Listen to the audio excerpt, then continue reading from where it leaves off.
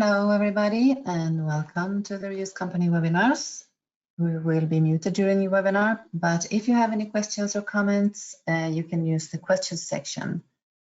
The webinar will be recorded, and in a few days, we will send you the link to the recording.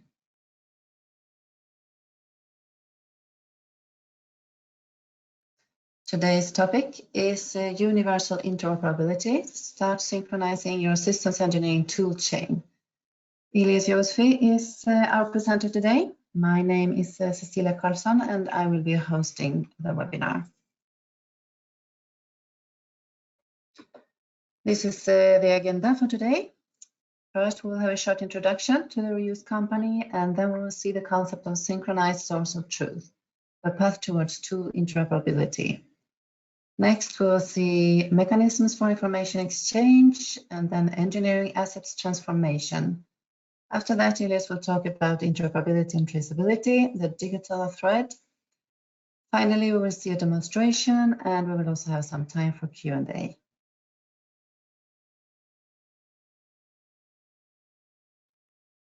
So let's start with a few words about the Reuse Company. What do we do? The Reuse Company is a tool vendor specialized in the application of reuse methods, semantic technologies, and artificial intelligence to improve the digitalization of the systems engineering processes. Here is an overview of our tools. We are usually known in the market for our software tools for requirements engineering.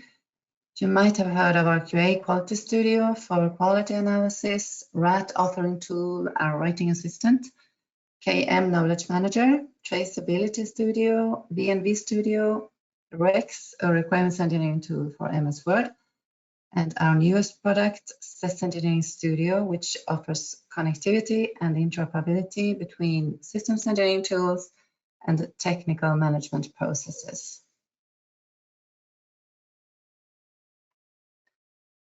Today's presenter is Elias Josfi.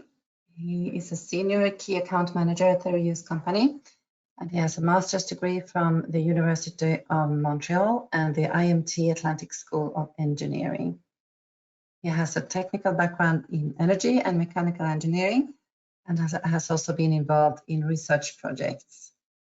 Elias is also passionate about international projects and languages. So let's start then with the presentation. Good morning, Elias. Good morning, Cecilia. Thank you for the introduction, and good morning or good afternoon to the rest of you, depending on where you are located. So let's get started the topic of today, tool interoperability. And the first thing I would like to introduce now is the concept of synchronized source of truth. So what we consider to be the path towards tool interoperability. And as mentioned in the introduction, we have a platform which implements this concept of interoperability, which acts as an interoperability hub, as a synchronized source of truth. So I'll get to this concept after, so you can see how it is illustrated here. But basically, the approach is that there's no one-to-one connector. So we don't connect to tools separately. We destroy silos. What we want is to have a tool chain connected to a same hub so that information can flow. So that's the prerequisite for interoperability, to have some platform where information can flow and where we can operate some operations. So we'll see the details later. There's no wipe-out approach, so we're not removing the existing sources. We just connect them in a consistent way. So all the sources that you already have remain the authoritative source of truth. And this works with a diverse set of tools, textual tools, physical and logical modeling tools, code editors, testing tools, etc. And so the objective that we have is to, let's say, upgrade from data to knowledge, at least. So synchronized data become our knowledge for the current and future projects. So instead of having tools and information assets coming from these tools spread across the life cycle with no connection, what we want is to tend to a consistent whole that we can understand from a project perspective. And so about this path towards universal tool interoperability, this is reached in 4 stages. So first, you have to get the tools that you're working with. So each process, each activity, each methodology that you perform to design the tool, the system, to specify the requirements of the system, to capture the business needs, to operate the system. There are a set of tools that will be used across the life cycle. So you should get these tools. So that's the first step. So you end up with a scattered tool chain. So you don't have this synchronization, this convergence to a synchronized source of truth. So that's the first step. Then you get desynchronized sources of truth, which enables to have a universal configuration management to see the whole project lifecycle as one consistent whole. Then these sources, although being connected to a centralized source of truth, they also need to have links between them to be able to measure global impact analysis, to keep the consistency while business needs are changing, while budget considerations are changing, while the schedule of the project is changing and impacting the requirements. So you should link all these synchronized sources. So that's the SSOT enhanced with traceability. And then the final step is to, once we have these links established between the different tools, all converging into a single repository, we should enable some operations that will help exchange data. So operations such as copy, merge, synchronize, migrate, convert. So those operations are what we call the tool interoperability. So the ability to have 2 connections of this synchronized source of truth related one to another. So if we sum up these 4 stages, so this is what the stage 1 would look like within the V cycle. So a set of tools.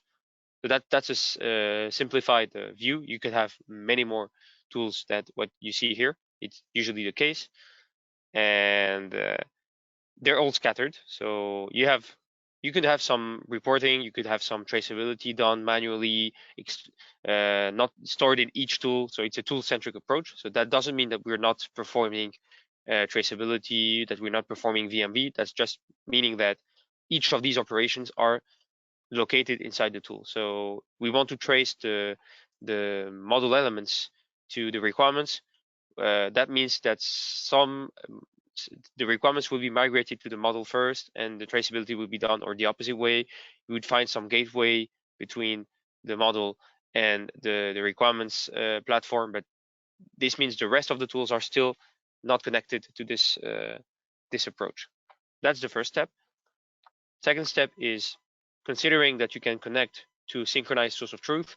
All these tools will be synchronized into a single repository. So that means that we can apply a universal configuration management for all the assets.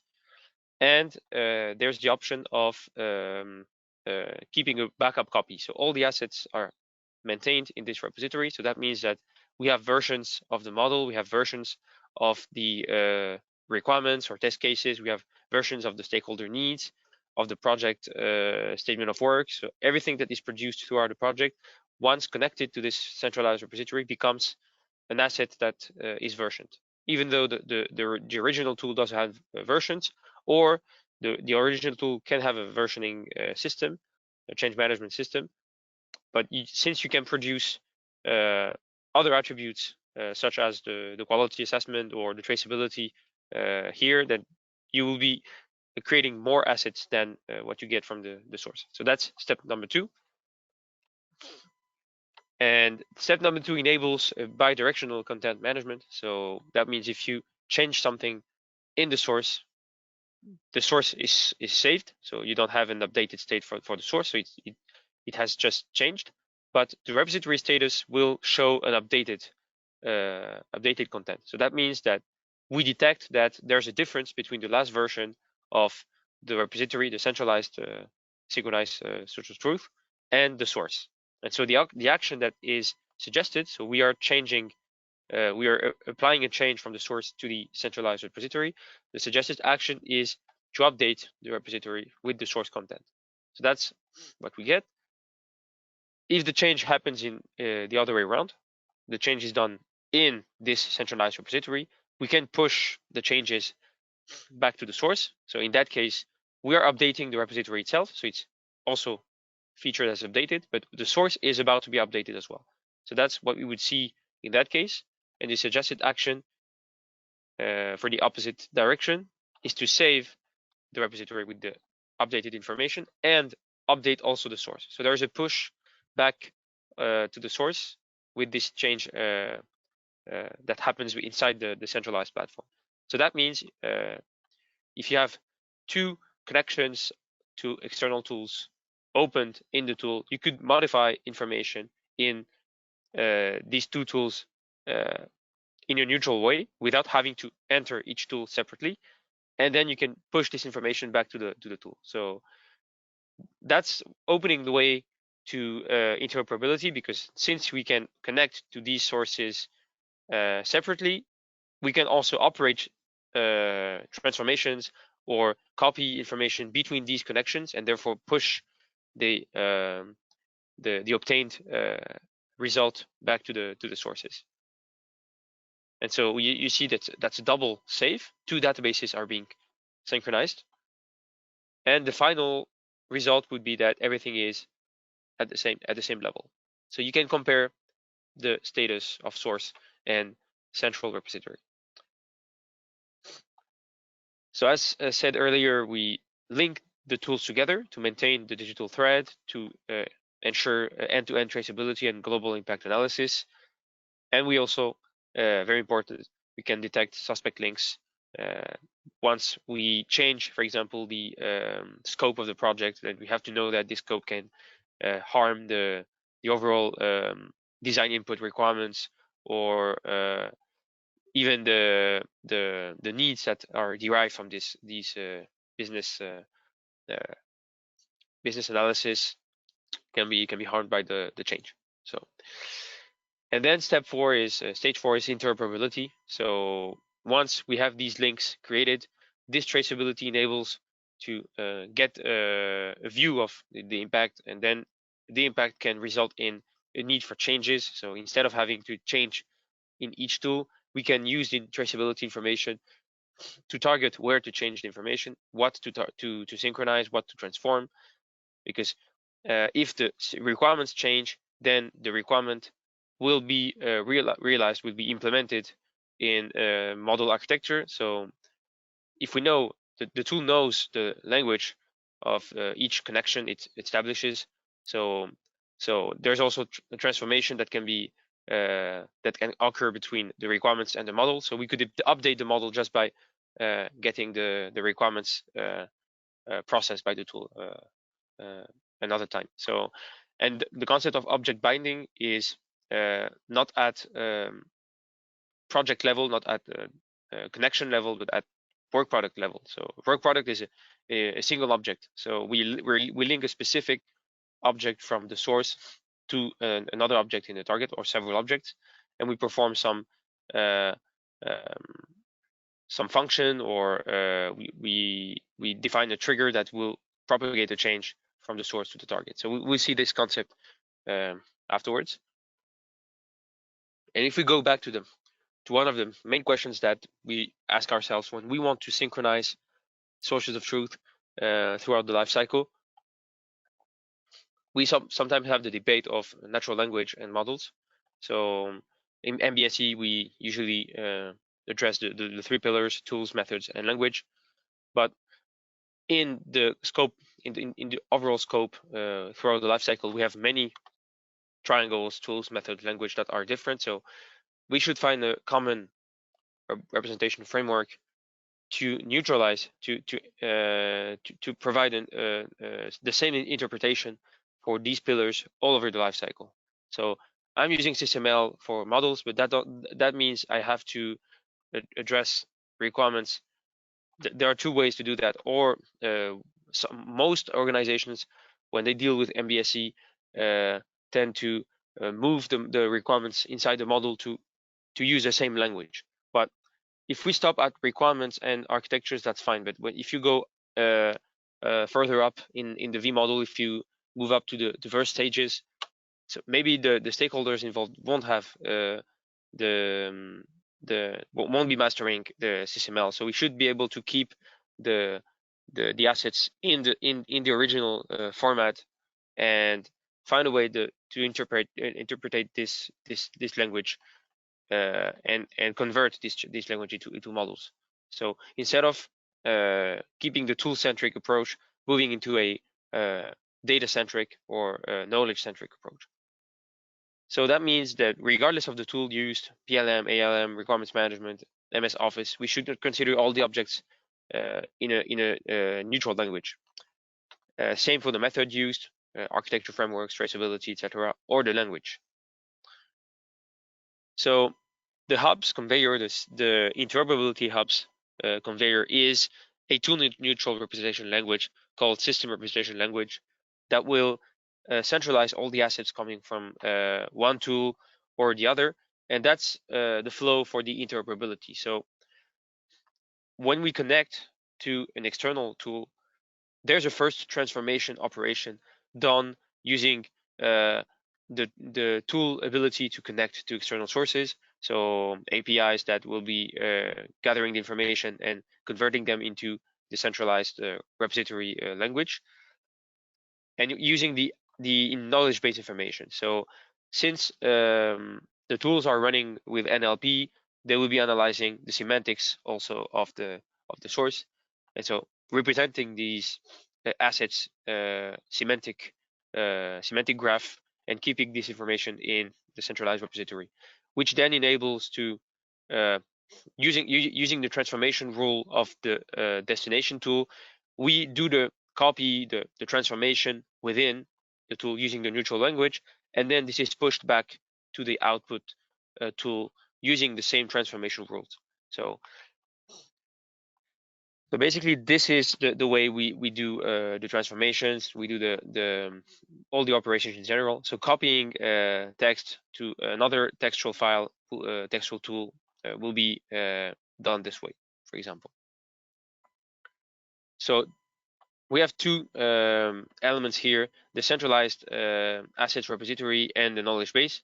So the knowledge base is made of project data dictionary, which enables all the stakeholders, all the systems engineers to use the same vocabulary, so to keep the consistency. So using models, we can enforce vocabulary, but we can also deal with glossaries within an ontology, and this helps ensuring that the same knowledge is applied to these connections, this transformation done between the source and the centralized repository. So let's now look at the mechanisms for exchange. So as mentioned, we can exchange data between tools, we can convert, and let's see the different options that we have. So first, when we want to transfer the work products meaning the object within an object set. So that's a neutral name to talk about requirements. If we are talking about requirements management tool as a source, we can talk about test cases. We can talk about use cases, user stories. So work products is considering all these options. So transferring means we don't change the data model between source and target. One textual information will be copied to the target tool as it is. So of course, the source and target can have different languages. So we can copy requirements from a requirements management tool to a modeling tool, but they're still going to be copied as requirements. So what we do with this transformation is that we get the source information using this connector. We consider the object that is being the requirement, and at the same time we detect what what the requirement object will be in the model. So if you use SysML, we have a SysML class for requirements. So the requirement object from the Word document or doors or any tools that would contain requirements will be copied as a requirement object. So we don't change the data model in that case. So that's the transfer of work products. It can be between the same tools or between different tools. So synchronizing two PTC databases, for example, could be a way. Copying from one doors project to an Excel sheet, etc., etc. The second operation type of interoperability operation is the conversion. So in that case, we change the data model between source and target. So textual requirements will be converted to model relationships. SysML models can be converted into Capella models, so it's another modeling language. Although there are some correspondences, there will be a transformation, and the tool can offers the user the conversion configuration. So you can configure how the SysML objects and how the classes will be converted into the corresponding classes in Capella. So that's conversion. And the other one is binding work products. So we look at individual objects and we link them to target work products in same or different tools. That's that's neutral. And one change in the source will be triggering changes in the target, considering a specific attribute of this target object. So let's look at the transfer of work products. So in that case, we copy a text from tool J to tool K. So this means we read with the connector. The connection will be processed into the tool. Same for the target. And so if the target is empty, then the connection will be showing no objects except the container, the project, or the module. And then we copy the text into the repository connection, and then it's pushed back to the tool. So we'll see an example after of synchronization between two tools. In the case of converting work products, we can consider, for example, conversion of textual of sentences, of natural language sentences into SysML relationships or objects. So considering a text, the tool has the ability, using textual patterns, to detect where the system is, where the component is, and using some keywords like shall have, shall contain, we can detect, for example, a composition relationship. Same for the state transitions. If we detect the initial state, final state, and the shall transit or shall enter, shall switch, so all these transition verbs, then we could somehow get the tool to generate SysML state transition relationships. So that's how we would convert textual requirements into models. So that means that within this box, we will have the two tools connected, and within this system knowledge base, we will have the ability to define what kind of patterns we would like to detect in the source to be converted into the target. So here, it looks like there are two different knowledge bases, but they're the same actually. So the same knowledge base is, so this is the repository as a whole, and the system knowledge base is applied the same way to connect to the source and the target. So that's very important here. These are, physically speaking, it's one single database, which contains the assets connected to the source tools and the knowledge that is helping the tools NLP engine to understand the text, to gather relationships from the model, etc.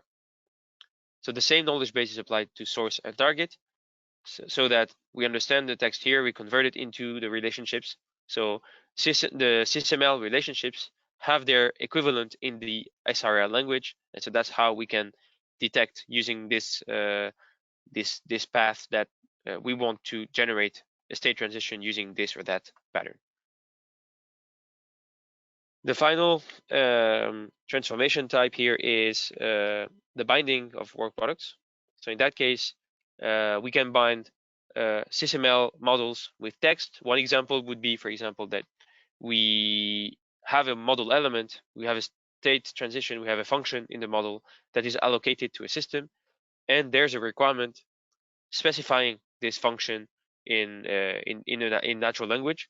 So to keep the consistency between the text and the model, we would like to implement some function that changes, that triggers a change in the text component or function whenever there's a change in the model. So instead of having to check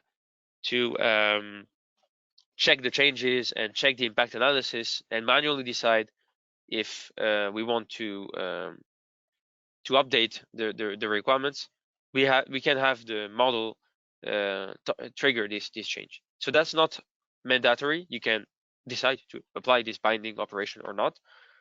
But if you apply it, you know that every time there's a change in the SysML model, you will be able to see the change triggered in the target.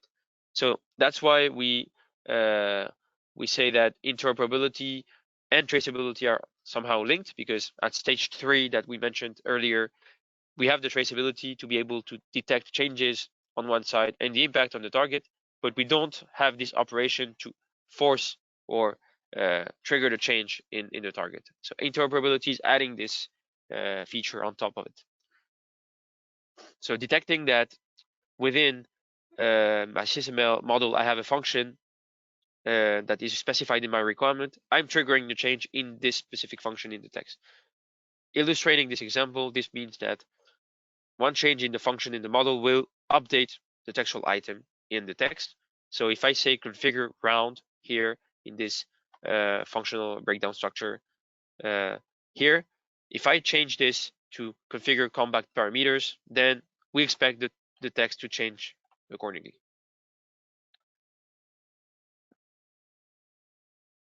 And there's another operation which is not preset, but can be implemented using C# source code, which is a custom interoperability. So this way you decide how to process the source. Do you want just the description of the text? Do you want some other attributes to be processed? Do you want these attributes to be converted or just copied as they are in the target? In which attribute of the target you would like to copy these attributes, etc., etc. So there are two kinds of transformation of custom interoperability that are enabled by the tool.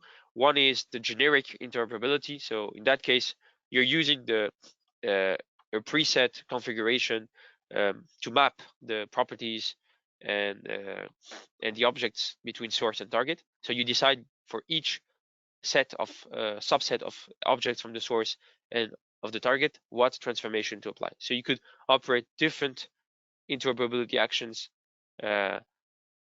between the source and the target, and you have also the C# source code if you want to go beyond that. And so now let's have a focus on the interoperability and traceability connection. So what we consider the prerequisite for the digital thread.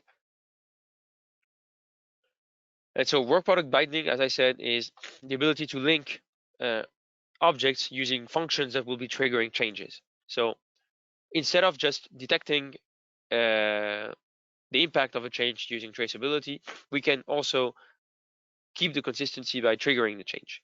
So in some cases, it helps doing that. So interoperability is one of the engines that will be applied. Binding is the result that we want to achieve, and in order to do that, we need the traceability of information. So traceability is providing us with the links established between source and target. Interoperability is operating between source and target the operations, and the binding is the result of triggering these changes from source to target. So they're all going in the same direction. They're all participating in the same process.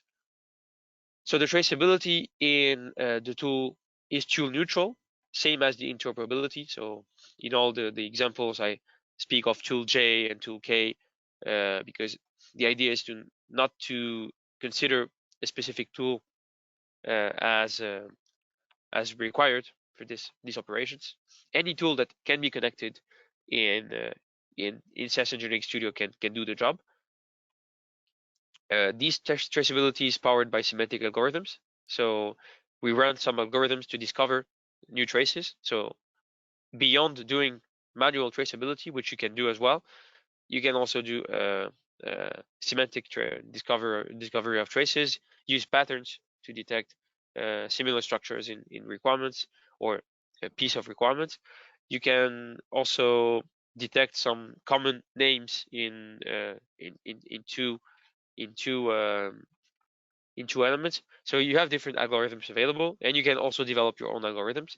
And of course, the semantic algorithms, they're powered by the NLP, and the NLP engine is using the project data dictionary information. So depending on how the project data dictionary is set, the understanding of the text will change, of course.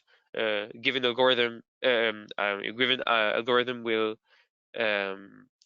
detect things differently if you have a specific concept defined or not. So, but that's what we call the knowledge domain that you should customize for your projects. So if you want to check more about this topic, you have this link included in the presentation. So I just showed an example here of the benefits of having this traceability, discovery, and suspect links. So ensuring consistency and completeness, which are two of the characteristics that requirements have to feature in systems engineering. So instead of doing document-centric analysis of the documents, so using CCC, correctness, consistency, completeness approach. So those who are familiar with our quality assessment tool have already heard about this CCC approach. So instead of doing this at document level, what we want to achieve is a data-centric CCC, and this is enabled by traceability, because traceability is linking, as we said, it's stage 3 of the path towards interoperability. So it's linking the different tools together, and that's what is giving us another information about consistency and completeness in the overall project. So from the document-centric analysis, we want to produce traceability KPIs that will contribute to measuring the consistency and completeness of the documents. So one document can feature all the elements that we are expecting from it. So for example, if I'm basing my completeness analysis on the elements featured in the functional breakdown structure, let's say I specify all the functions, that's fine, but there's a completeness aspect that I'm missing, which is how many of my objects are actually traced to the stakeholder needs. This is an information that at document-centric level I don't have, and I need this traceability to give this information. And this traceability, as it's linked to different tools, is also to be kept in this centralized repository, which will help giving this information. So these traceability KPIs, for example, if we talk about completeness, will be the percentage of traced elements. So if I'm still having some orphan elements, so that means that maybe the expected target of the traceability is missing, or maybe I'm over specifying my system. So maybe one of the requirements that I'm drafting is not expected, and that's why it's not traced. Correctness is checking, for example, the link type by traceability link. So if I have a double traceability, then I might ask myself, is the object I'm writing atomic? So if I'm addressing different aspects, if I'm addressing functionality and testing in the same requirement, then I probably have to split this into two requirements so that I have only one trace to the corresponding aspect. That's one example.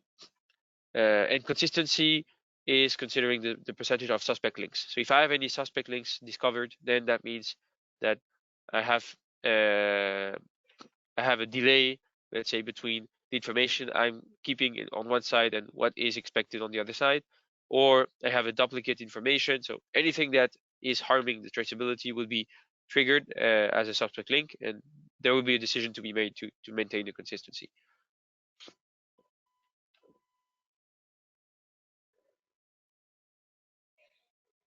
And considering the iterative and recursive processes of systems engineering, these two operations are very important. So traceability and interoperability, because there will be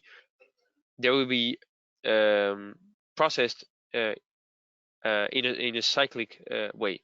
So we'll be doing traceability, which will trigger interoperability, which will again question the traceability of the overall life cycle, etc. So one simplified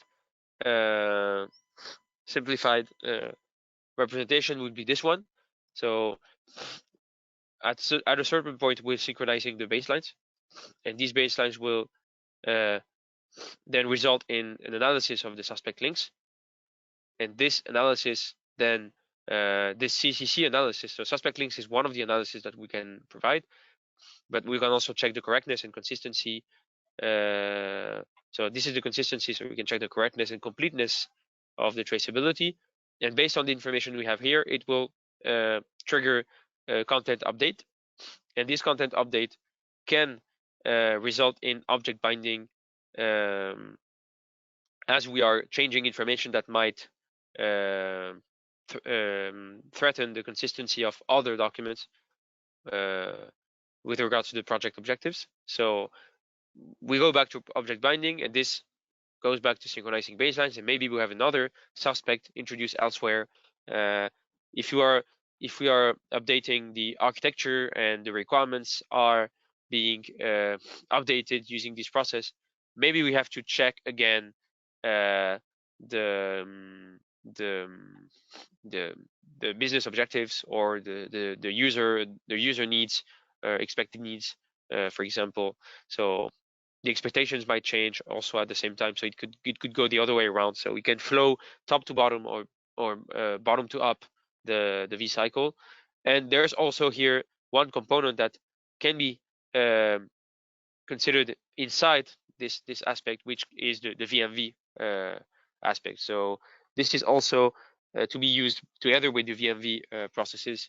So every time we have suspect links, we should question ourselves: is it still complying with the requirements? Is it still meeting the expectations?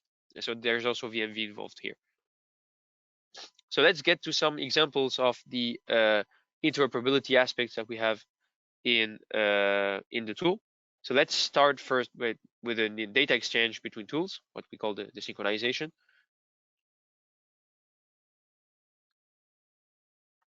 And so let's consider an example in which we synchronize requirements from Word to doors. So let's consider that we have a doors database that is used to baseline the requirements, to manage the requirements in general, and then we would like some more users to participate in the definition of the requirements outside doors. That could happen that you only have a few users that manage doors, that know how to use the tool, that are trained for that, and maybe other users who just want to manage that outside doors because they want to use a simple tool, an easiest tool to manage the requirements. So we could imagine that contributors can also work outside doors, and we want this information to be flowed back to doors using interoperability. So we define the interoperability operation in the tool. So that consists of creating a an interoperability task in the tool. So selecting the source and target connection. So where the information is coming from, where it is going, and what kind of operation we are executing. So in this case, it's a synchronization. We name the operation, and then the operation is kept here. So that means it can be run at different moments of the project, as we will see in this example. So when we first run this synchronization, we have the two connections involved. So I remember that when we talk about connection, we talk about the instance created inside the repository of the source tool information. So it's already processed. It's already processed by the tool and stored in this tool neutral language that I was mentioning, and same for the other side. And then the save operation will push this inside the tool, the source tool. So then we have to select the master. So the master is just a perspective that we take to have the tool suggest what to do. So if we consider the master to be the Word document, the tool would suggest to copy the requirements here inside the doors document. Then we'll see that we can select the opposite way, and this will show the suggest different actions. So in that case, the master is the Word document. So the expectation is to copy these items in site 2, which is considered is the doors project in that case. So if we accept this operation, we click on OK, it runs the operation, and then we have after it's executed, we have a log file showing that it runs successfully, and then we see this updated status that I was mentioning during the presentation. So it's on both sides. So that means that the repository is being updated. It didn't have any object before. Now it has objects created. So you see that just moments before it was loaded, and then it appears as created, as updated. And the same for the source, which is about to be updated after we save. So we can still consider we can still abort, let's say, the operation. If we don't want this to be saved, we click on refresh, and then we restore the information that was loaded before we did the copy. So we can say, okay, I didn't want to do that, so let's keep the version I had. And at the same time, if you save and then realize that you didn't want to save, you can delete as well. So the module is updated, but the objects in the module are new. So that's why you have the new for the objects. And so when you save, then the save will be in two databases, as I mentioned in the presentation. So this is the second case of change from the SES tool, SES Engineering Studio. And you see that it's saved in the source and database. Two repositories are updated at the same time. And if we look at the doors project and module here, we see that this information is being generated inside the tool. So the ID generated in the tool is not the same as the one in Word. So the synchronization has the ability, since it's connecting to doors, it's connecting also to the attributes and properties of the project. So that means that some objects have been deleted before. So that's why the first object is created with number 96. So it's not harming the unique identification of the objects from the target. So even though my object is number 1 here, it will be copied with the first available number in doors. So it's keeping the workflow that doors is applying inside its database. And so we could go back to the doors project and update the doors project. So as we usually would do. So once contributors synchronize their requirements with the doors database, then there might be some review, and some administrators or project managers would work within the doors database to update information. And so some of the contributors would like to get this updated information to keep working on the requirements. So we'll synchronize again.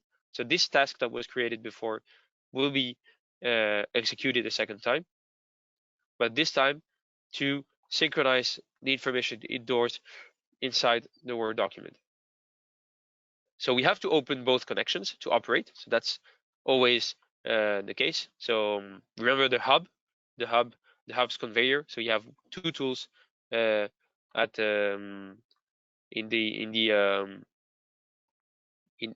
beginning and the end of the chain. So we need to connect these tools to be able to operate.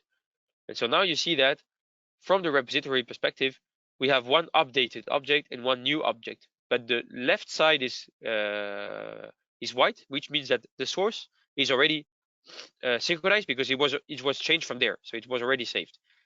Only the repository is about to be updated. So if we click on save, then you see that the save is synchronized. So we now have all elements loaded. And if we run again the interoperability task, master is this time side B. So the sides that we selected before are the same. So the ones selected in the task. And now it filters the operations. So the elements that haven't been updated are not suggested here. We only suggest operations for the objects that have changed. So this new object doesn't exist in the other site, in the Word document. This one is considered to be an update of this one. So while we synchronize, we create some kind of link between the objects. So there's here one example of the of how interoperability and traceability can team up. So once we know that these objects are supposed to be linked, we can detect that updating this side should get the user to consider update the other side. So that's what is done here. If we want to show all the objects, we can, but as a default suggestion, it doesn't require any action for the rest.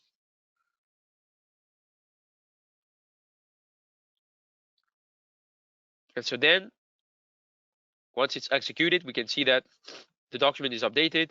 And on the other side, we have a new object, which is the new requirement that we added in the doors project, and the updated requirement. And so the colors on both sides, because the document is to be pending to be saved, and same for the repository.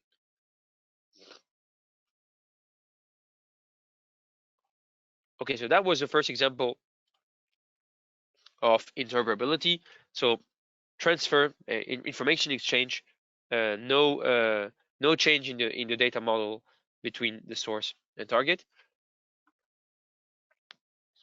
Second example is the ability to transform requirements in another language. In that case, we will consider a SysML model. So let's consider the same source here. So we have to connect to this source. So that's the first action to do.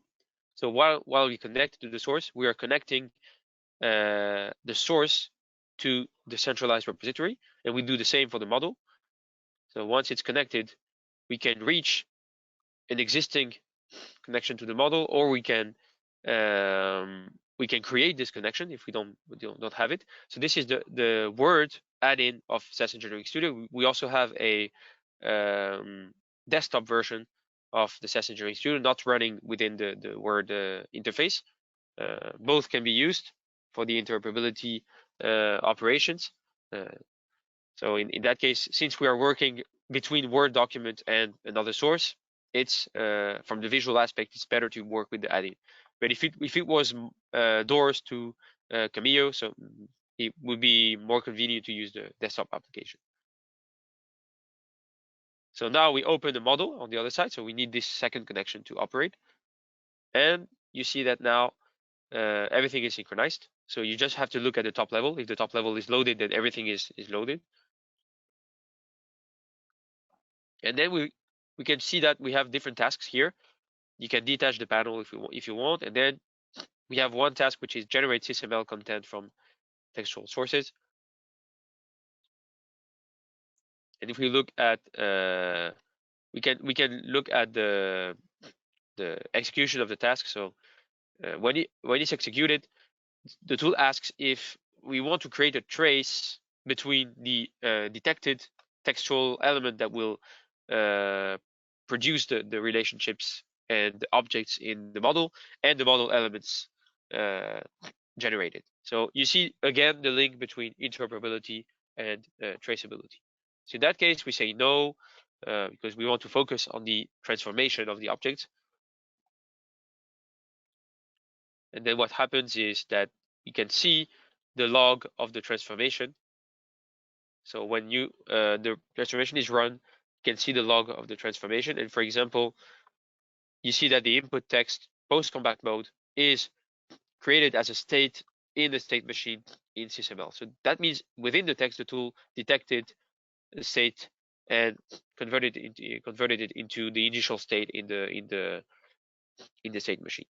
So the result is that now we have an updated model, of course, pending to be updated in the source and also in the repository, and new objects created. So these are the objects generated by the transformation, relationships, and the state machine. So those familiar with Cameo might be aware of the icons here and what they represent. So we represent the icons as if we were in the model. So that's also one of the elements that compose the connectivity of the tool. So apart from connecting to the sources and synchronizing the sources, we also represent the source as close as possible to what they look like in there. So you see the icons that we had in the tool, they're showed exactly the same. So this operation can be done between different tools. So here it's the desktop version that I was mentioning before. So we can do exactly the same. Select source and target for the transformation, which is textual information to SysML, and then execute this action and see the log with the transformation that are performed. So that's mainly used for developers who want to check that everything is done correctly. And then we see the elements created. And finally, let's check the object binding example. So in that case, what we do is within two connections. So again, same prerequisite. Two connections must be established to operate between one and another. And these connections are stored, of course, in the centralized repository. And now what we will do is consider this example of object binding. So the binding state is showing that this object is the transmitter of the information, and these are the receivers. So that means if I change the element here, based on the configuration of the binding between this and the rest of the objects, it will trigger changes in the specific part of the text. So if we call it cooling system or management system here, then all the objects, if you check just seconds before, these are control systems and they become management systems. So just the corresponding element is changed. Based on the semantic analysis of the object, we know that this is my requirement, and within this requirement, I have a pattern detecting the object, the entity that needs to be changed. So that's relying on the knowledge base, of course, which is connected to the model and knows that this is a component of the model.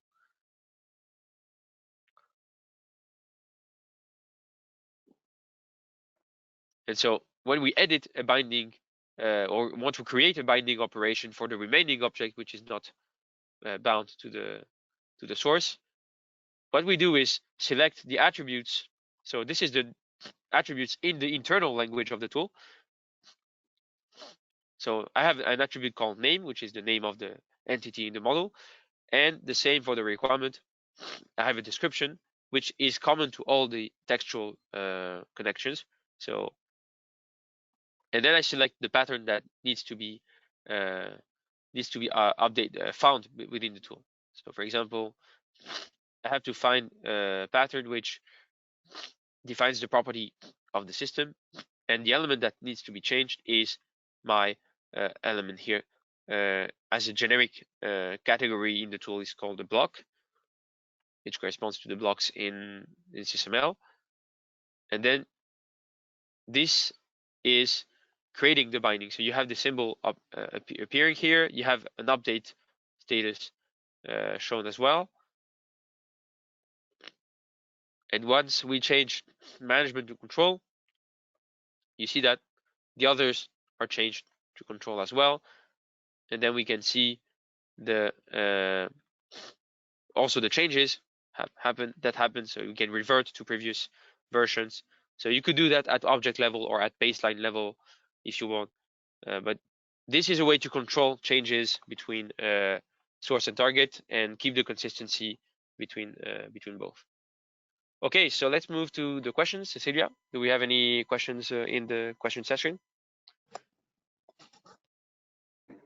Yes, let's see. Well, thank you for your presentation. So if you have any questions or comments, please write them down in the question section. And while you're writing, I will talk about our next webinar.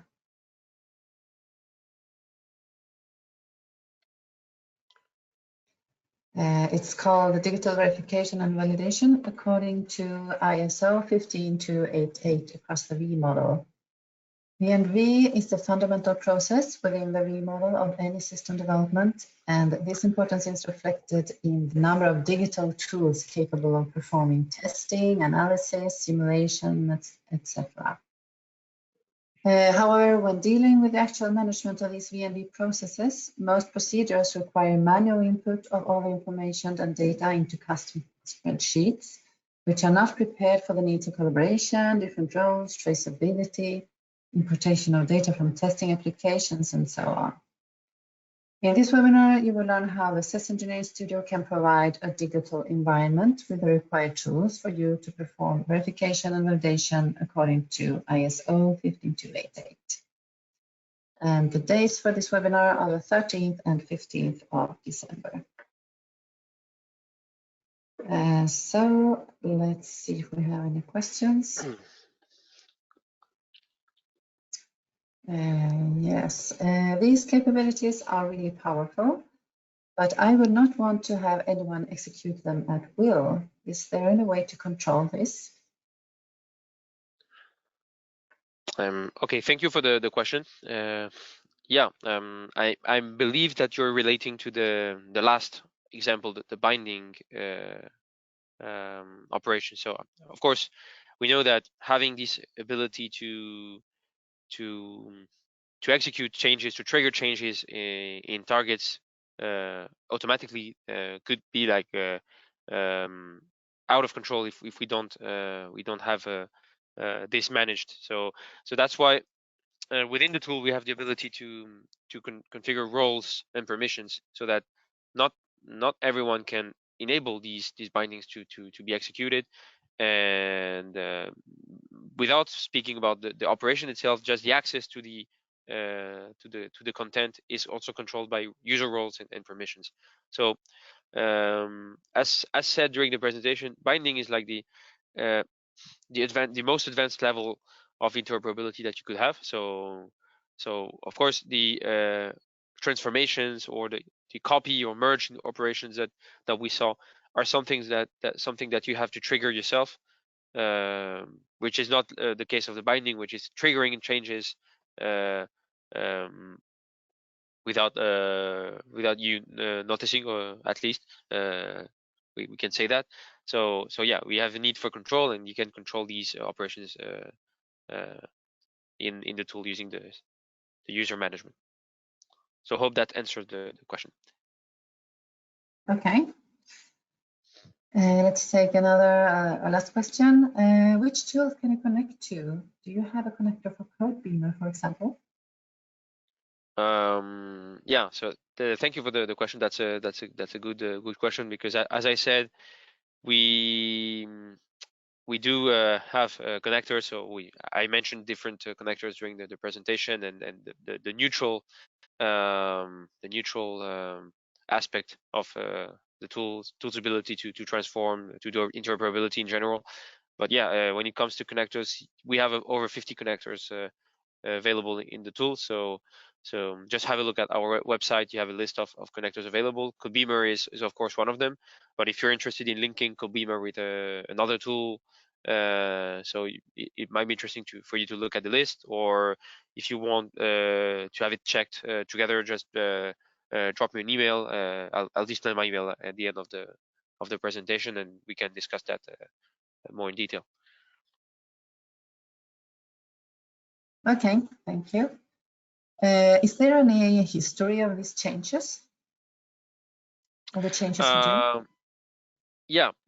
So in the last example that we showed, we do have we do have the ability to save versions. So every time you click on the save button in the tool and you do store this information, both in database, in source database, and the repository, which is the centralized source of truth, we do actually save a version of the object. So at object level, the versions are saved, so you can revert to a previous version. At connection level, so the object set level, you have to baseline your versions. So since baselines are related to specific reviews of the project, specific milestones, you have to save your versions. But once you do it, you know that you kept a photograph of the versions of all the objects at a certain time, so you have the ability to revert to previous baseline. So also in the tool. So yes, we have the configuration management options, and they're not depending on the tool. So that means it's executed the same way. You revert to a previous version of the repository content, and then this can be pushed back to the source tool. Okay. Thank you, Elias, and thank you everybody for attending. If you have additional questions or want more information about our tools, don't hesitate to contact us by email directly to Elias or to contact@reusecompany.com. You can also find information about previous webinars on our website and a lot of videos on our YouTube channel. Thank you very much and goodbye. Thank you. Goodbye, everyone. Have a nice day.